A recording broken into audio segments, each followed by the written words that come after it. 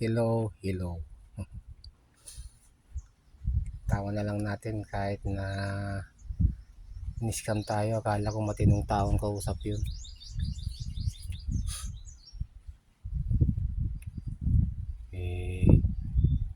Ang dami niyang mga napakanya ko.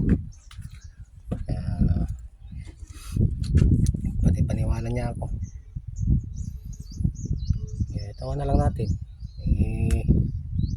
Nagpaloko ako kaya niloko niya ako. Hindi mo natin alam ganun talaga ang buhay.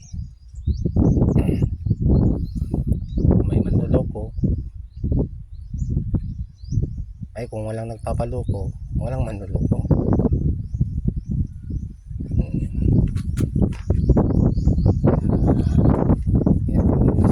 Alam ko naman na may pagkakamali din ako at bakit ako nagtiwala kagad. Maliit man lang nalaga pero ginawa man ng nagsamantalang kumbaga yung maliit na halaga.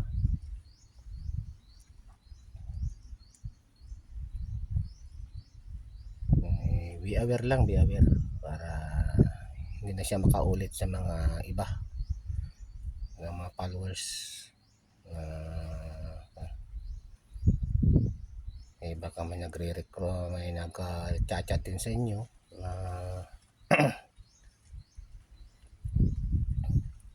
tutulungan kayo ng ganito. Huwag nyo nang patulan kumbaga. Grabing mapagsamantala ang ginagawa nila dahil kahit kunting halaga lang ay talagang kunin na nila sa iyo.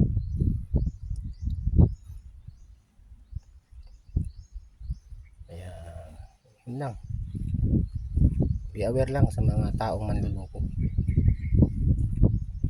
Alam mo, minado ko man na may pagkukulang dito, pagkakamali din ako, pero hindi man sa ganun paraan sana na kung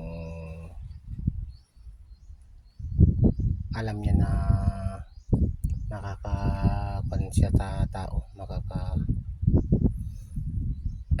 perwisyo siya.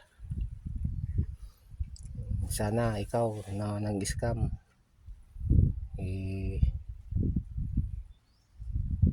na mapakinabangan mo yung nakuha mo sa akin. Sana mabusog ka. Kung ano man sana walang mangyayari sa inyo sa iyo